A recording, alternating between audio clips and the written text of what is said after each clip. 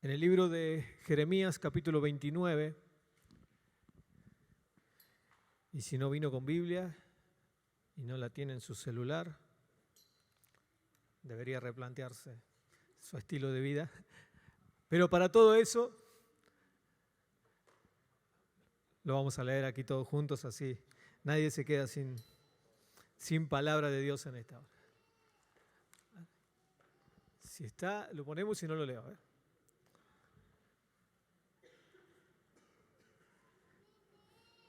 ¿Sí? Ahí viene, sí, esperamos.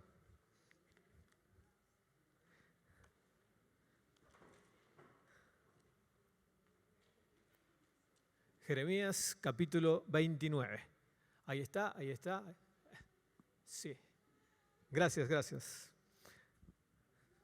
Dice la poderosa palabra de Dios, Jeremías capítulo 29, desde el versículo 1 en adelante vamos a leer.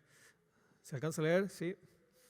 Dice, Jeremías escribió desde Jerusalén una carta a los ancianos, a los sacerdotes, a los profetas y a todos los que el rey Nabucodonosor había desterrado a Babilonia.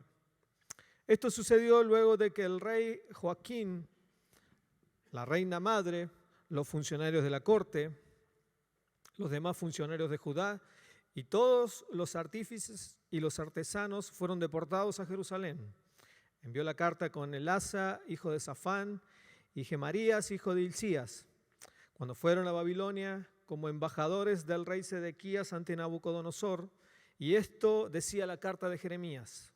Versículo 4, esto dice el Señor de los ejércitos celestiales, Dios de Israel, a los cautivos que Él desterró de Jerusalén a Babilonia. Edifiquen casas y hagan planes para quedarse. Planten huertos y coman del fruto que produzcan. Cásense y tengan hijos. Luego encuentren esposos y esposas para ellos, para que tengan muchos nietos. Multiplíquense, no disminuyan. El versículo 7 dice, y trabajen por la paz y la prosperidad de la ciudad donde los envié al destierro. Pidan al Señor por la ciudad, porque del bienestar de la ciudad dependerá el bienestar de ustedes. Versículo 8 dice, esto dice el Señor de los ejércitos celestiales, Dios de Israel. No permitan que los engañen los profetas y los adivinos que están entre ustedes en la tierra de Babilonia. No presten atención a sus sueños, porque les dicen mentiras en mi nombre. Yo no los envié, dice el Señor. El verso 10 dice, esto dice el Señor. Ustedes permanecerán en Babilonia durante 70 años, pero luego vendré y cumpliré todas las cosas buenas que les prometí. Y los llevaré de regreso a casa, pues yo sé los planes que tengo para ustedes, dice el Señor. Son planes para lo bueno y no para lo malo, para darles un futuro y una esperanza. Señor y Dios maravilloso, te damos gracias por tu palabra. Y te damos gracias porque sigue siendo real para nuestros días y para nuestra vida, Señor.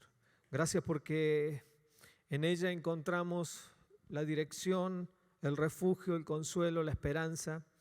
Y una vez más acudimos a ella, Señor, sabiendo que vos tenés algo para cada uno de nosotros. Te pido que tu Espíritu Santo nos hable y que podamos a través de este tiempo que vamos a compartir y aún el tiempo que vamos a estar orando delante de tu presencia, podamos ver reflejada tu gloria en medio de ello y podamos tener una pronta respuesta en medio de la oración, Señor. Como decía Pablo hace un rato, oramos por nuestra nación, pero oramos también bendiciendo esta ciudad, esta provincia y bendiciendo, Señor, este tiempo que vamos a compartir todos juntos. En el nombre de Jesús, amén y amén. Tome su asiento, gracias.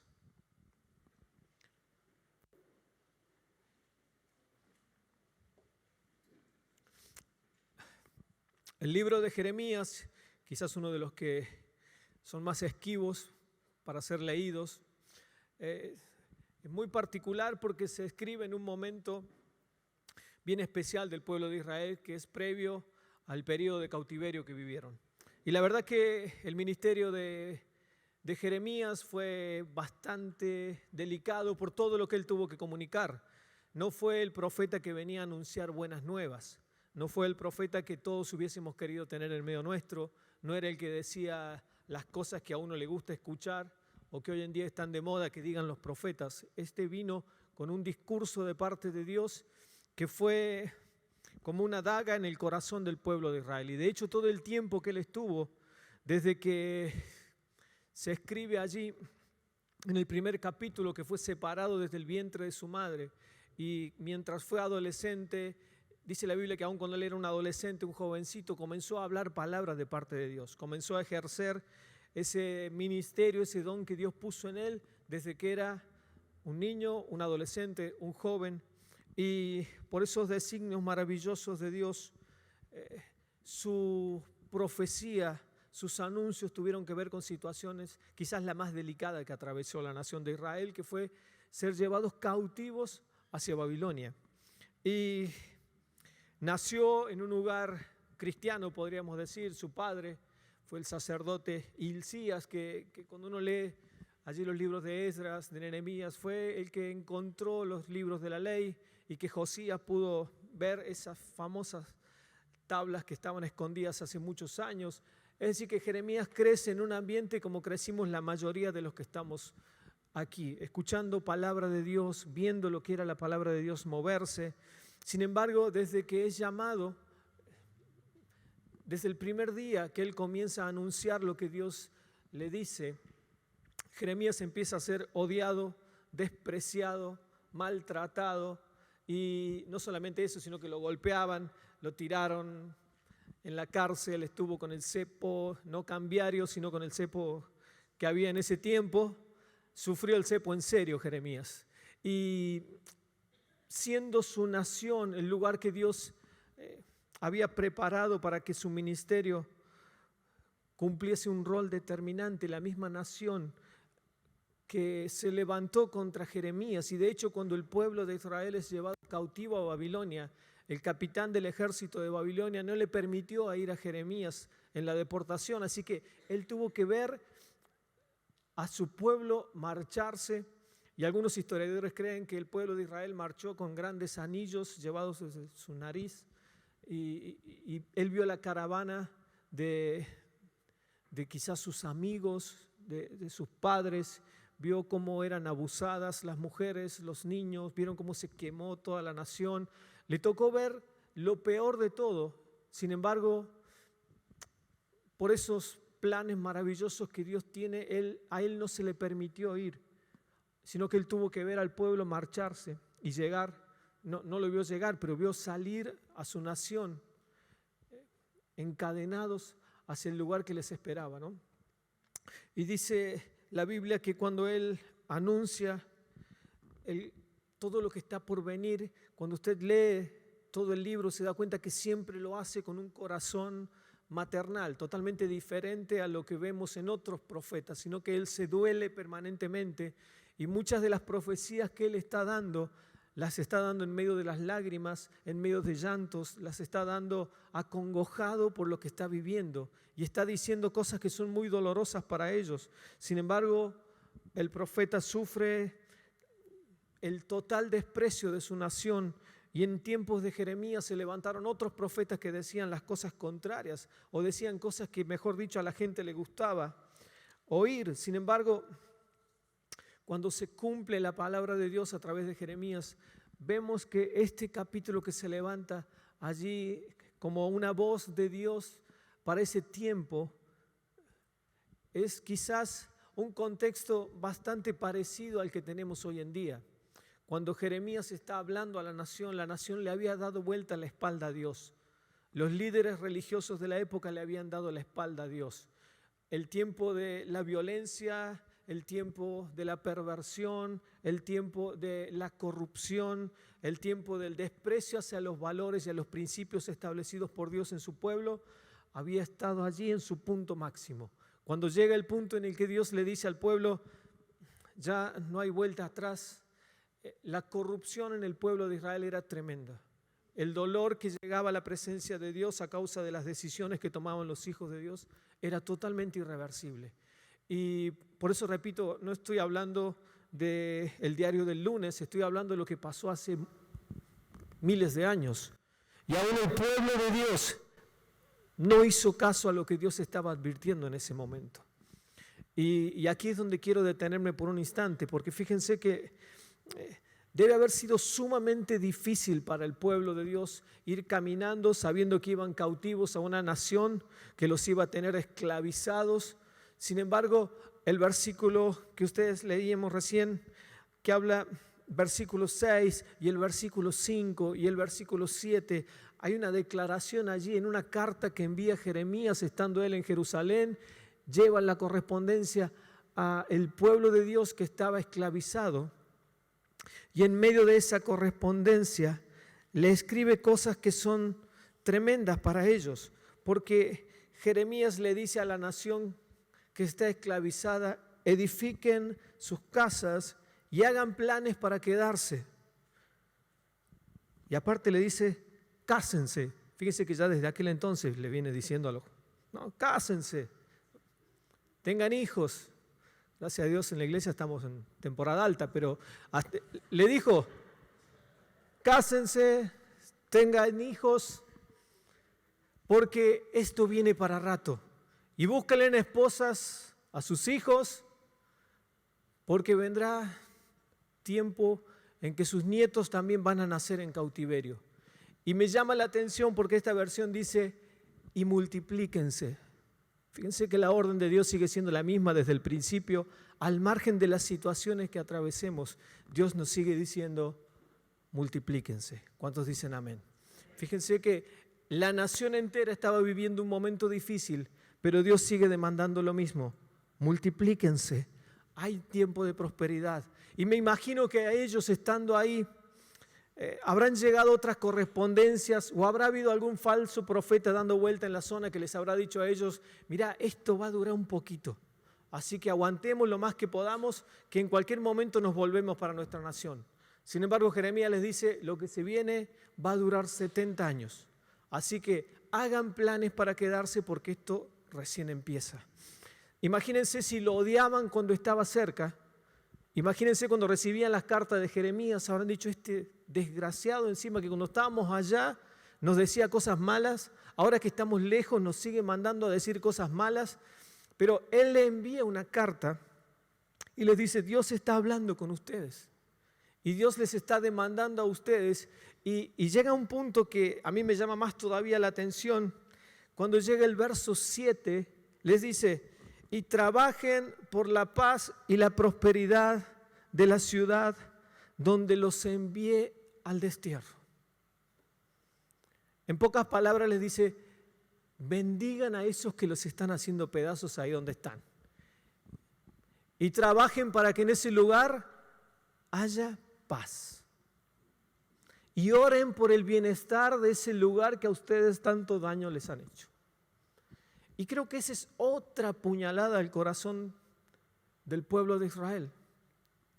Porque no solamente que les dice: no les guarden rencor, sino que les dice: la paz y el bienestar del lugar donde ustedes están depende exclusivamente de ustedes. Y yo no sé cómo habrán sido las oraciones del pueblo de Israel después que escucharon semejante carta. Porque Dios les estaba diciendo: perdieron absolutamente todos, los encadenaron, los azotaron, murieron una buena parte de ellos, sus mujeres quizás fueron dispersas hacia otro lado, perdieron a sus hijos, pero ahí donde ustedes están, oren y bendigan y pidan la paz. Y hay un texto que quizás es de los que más utilizamos para pedir cualquier cosa, ¿no? Y lo usamos y lo repetimos, el famoso: clama a mí. ¿Y cómo sigue? Y yo te responderé. ¿No? ¿Cuántos alguna vez usaron ese texto? Algunos pidiendo una moto, otros pidiendo... No, y decían: no, porque la Biblia dice: clama a mí y yo te responderé. Eso está un poquito más adelante, ¿no? Y hasta saben hasta en qué versículo está, ¿no? Clama a mí y yo te responderé. Un tiempito más adelante. ¿Y a dónde estaba el pueblo de Israel cuando Dios le está diciendo eso? En pleno cautiverio. Y Dios les está diciendo: hey, ahí donde ustedes están, clamen y pidan por la paz. No te está pidiendo, comprate un televisor nuevo, que te sane el juanete. Dios le está diciendo, mira, clama a mí que yo te responderé. Y te voy a enseñar cosas que todavía ni siquiera has descubierto. Pero el clamor no tenía que ver con cuestiones personales, tenía que ver con lo que nos está enseñando el texto aquí. Clamen por la ciudad a donde ustedes están. Y oren por la ciudad a donde ustedes están. Y creo que obviamente la próxima vez que ustedes escuchen clama a mí que yo te responderé, no empiecen a maquinar, no, pero ahí, es decir, yo creo que Dios respondió muchísimas oraciones en nuestras vidas cada vez que invocamos ese nombre. Y a veces ante la necesidad lo primero que hacemos es agarrar el primer texto que se nos viene y lo aplicamos, no, porque Dios dice clama a mí, pero muy pocas veces creo que lo hemos utilizado pensando en que Dios está demandando nuestro clamor por nuestra ciudad, por nuestra provincia, por nuestro país. Y no solamente eso, sino que Dios garantiza de que cuando nosotros clamamos, Él responde.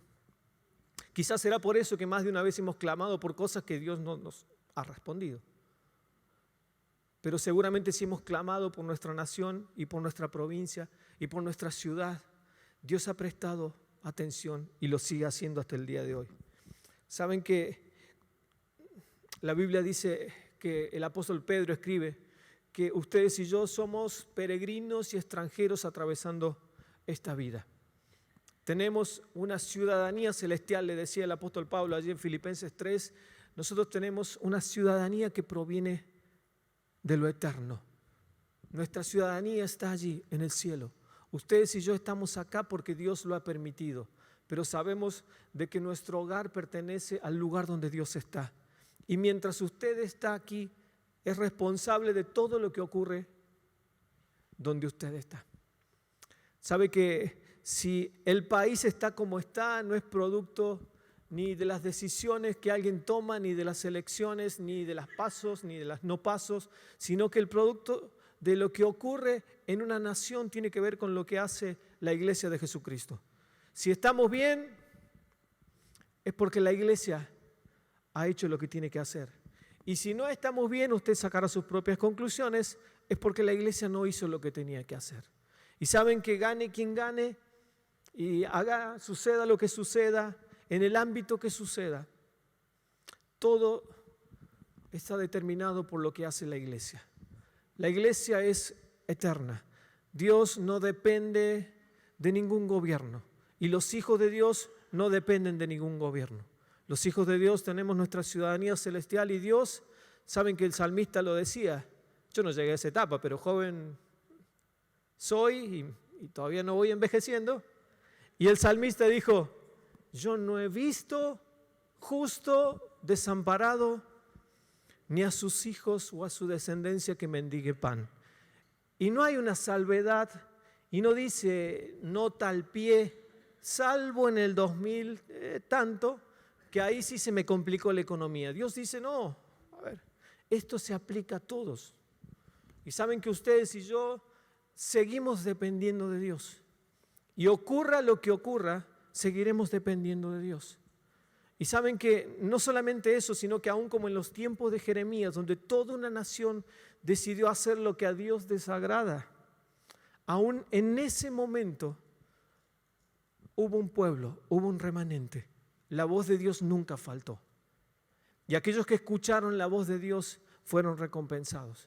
Y yo creo que en este tiempo todavía en la Argentina hay un remanente.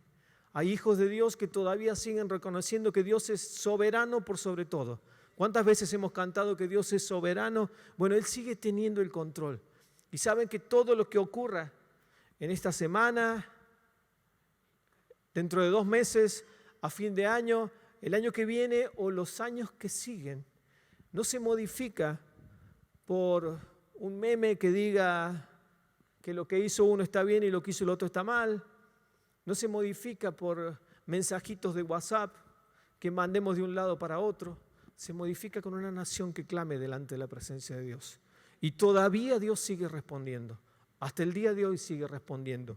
Y cuando la Biblia habla de que hay una nación como el pueblo de Israel que a causa de no haber hecho caso a todo lo que Dios le advirtió, terminó sufriendo las consecuencias. La misma advertencia está hasta el día de hoy. Tenemos una nación que abiertamente se proclama autosuficiente de Dios, que decide dar muerte al no nacido, que decide que puede hacer lo que se le da la gana, que no depende de Dios. Una nación que le ha dado la espalda a Dios de todas maneras y que aún trata de ir cada día un paso más adelante, imponiendo su ideología que seguramente viene de las tinieblas. Y tenemos una nación que ha decidido quitar a Dios del centro. Tenemos una nación que decidió no solamente de que Dios no es la fuente de toda razón y justicia, sino que ya Dios es lo que cada uno tiene ganas de sentirlo. Y como resultado de eso, hoy en día estamos viviendo las consecuencias. Esto no tiene que ver, repito, no es un mensaje político, no es a favor de y en contra de. Dios seguirá siendo eterno, gobierne quien gobierne. Y Él seguirá siendo el Rey de Reyes, gobierne y gane quien gane. Esto no va a cambiar y esto es eterno. La Biblia dice, su trono es eterno. Y a medida que pase el tiempo, nos vamos a dar cuenta cuán importante es que la iglesia nuevamente tome un rol protagónico en la intercesión y buscando que realmente Dios sobre en nuestra nación.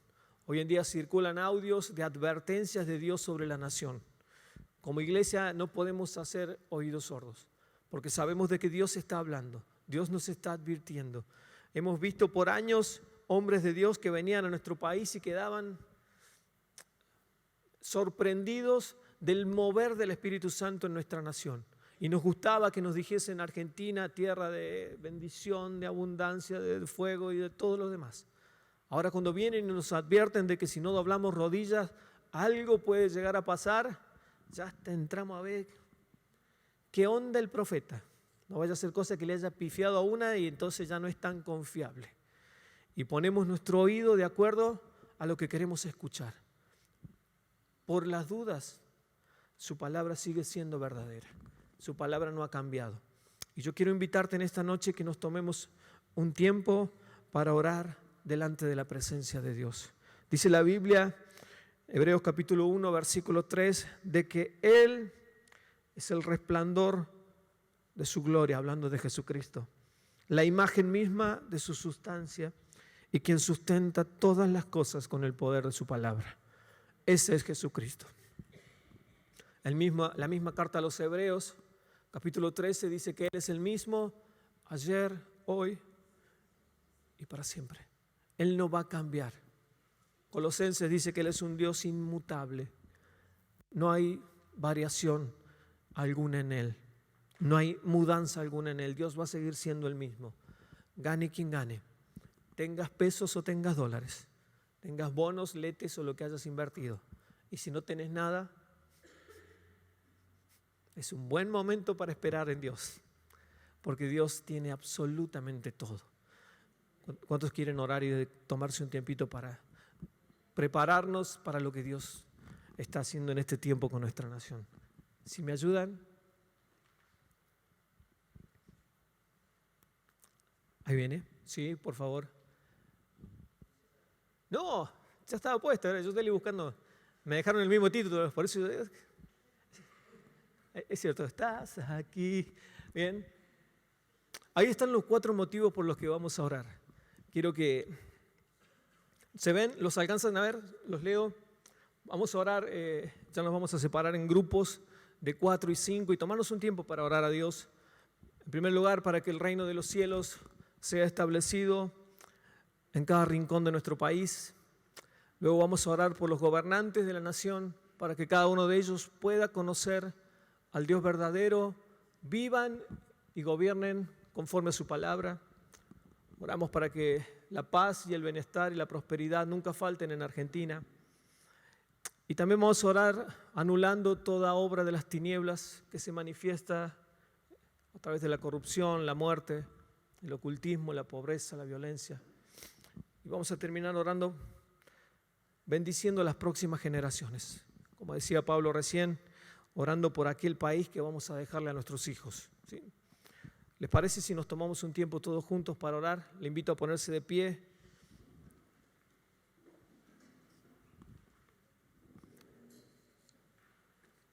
Oramos todos juntos y luego ustedes se acomodan ahí entre 4 o 5, nada más que eso, y a lo mejor cada uno toma un motivo de oración y aprovechamos para clamar, sabiendo de que cuando clamamos a Él, Él es el que responde. Y más cuando Él nos está dando el contexto en el que está hablando esa palabra. Señor, tú eres el Dios soberano de la historia. Levante su oración ahí donde está. Decir, Señor, vos sos el Dios, el Rey, y en esta hora clamamos delante de tu presencia. Venimos todos juntos como hijos tuyos a orar, a interceder por esta nación. Oramos por la situación que estamos atravesando como hijos tuyos. Oramos, Señor, por todo lo que está ocurriendo y oramos confiadamente sabiendo de que vos sos el soberano de esta nación. Oramos, Señor, convencidos de que vos sos el Dios que gobierna los hilos de la historia y que nada de lo que ha ocurrido en esta nación ha escapado a lo que vos querías hacer. Pero más que nada, Señor, ahora queremos poner delante tuyo nuestro corazón y decir que nos volvemos a ti, Señor, pidiéndote perdón por nuestros pecados, pidiéndote por aquellas cosas que hemos hecho mal. Señor, te pedimos perdón, límpianos, lávanos. Y Señor, nos arrepentimos de todo lo malo que hemos hecho, pero queremos interceder por nuestro país, por sus gobernantes. Queremos orar por el presidente, queremos orar por los diputados, los senadores, por el gabinete de ministros, Señor. Oramos por los gobernadores, los intendentes y por cada persona que está en una función pública para que tu reino venga con poder sobre ellos, Señor. Oramos para que nuestra Argentina sea tierra de paz, tierra bendita, en la que tu nombre pueda ser glorificado, Señor. Oramos creyendo de que aún en medio de situaciones difíciles, tu nombre será levantado y será una oportunidad maravillosa para que muchos te conozcan, Señor. Queremos ver un tiempo de refrigerio en nuestra nación, y aunque hayan sido lanzadas palabras de maldición sobre Argentina, las cortamos, las anulamos y declaramos que Argentina es una tierra de bendición, Señor, donde vos vas a gobernar desde los cielos, Señor, y mediante tu iglesia establecer los principios y valores del reino, Señor.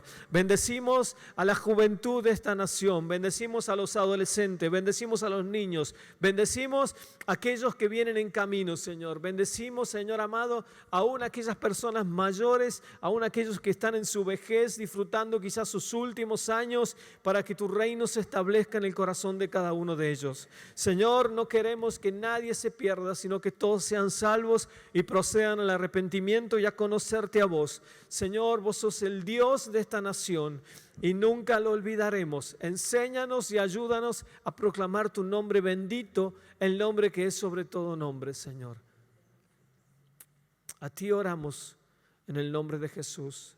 Amén y amén.